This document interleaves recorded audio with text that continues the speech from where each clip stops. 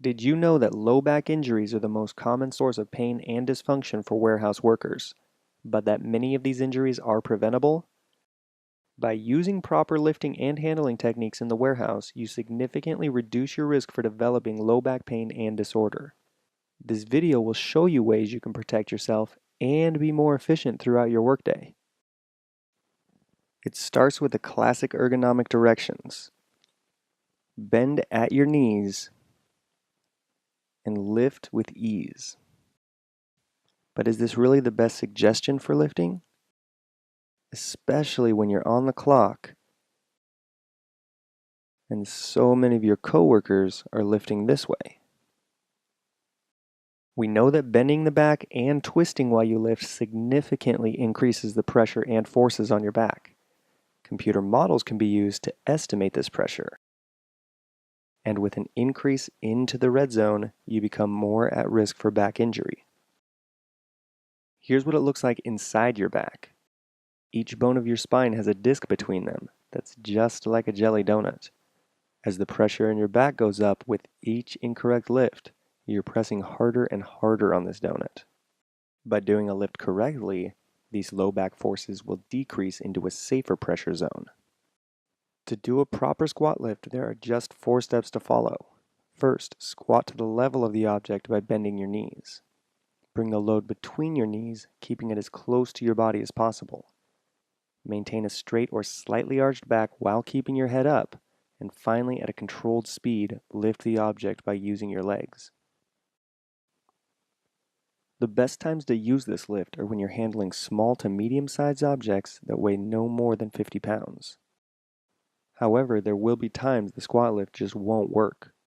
For instance, when lifting dog food or other awkward-shaped objects. This is when you can use the straddle lift. As the name suggests, you stand over the object with one leg on each side. You will still bend at the knees, keep a straight or slightly arched back with your head up, and since you are straddling the item, the weight of the load is close to your body, which will reduce the pressure on your back. Even for small loads, improper lifting can lead to injury. The golfer's lift is a great technique for picking up any extremely light object. To do a golfer's lift, raise one leg back while you bend over. This keeps your back straight and will reduce the amount of stress on your low back much more than when you bend at the waist. But before you even start the lift, what happens if you see that you aren't easily able to get the object? Pickers are available, and they are being used, but you still might be tempted to just reach instead. Reaching causes you to bend your back and increases your chance of injury if you lift in this position. So as you get to those items, think to yourself, if I have to reach, I better be using the picker. And as you walk to the pallet, always keep the load close to your body. Instead of reaching over the pallet, walk around to place the load.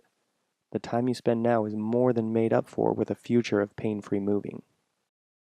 And not only is proper lifting important in the warehouse, it is also important to safely set down items. In fact, about 2 out of every 3 back injuries are caused by lowering the load rather than lifting it. So continue to maintain your same lifting form and use a controlled speed when setting an item down. Keep in mind that each lift you do adds up.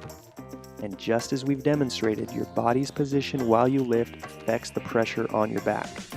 By choosing to use the proper lifting techniques like the squat lift, the straddle lift, and the golfer's lift, and avoiding reaching with proper handling techniques, you are helping to avoid low back pain and injury on the job. And that's all there is to it.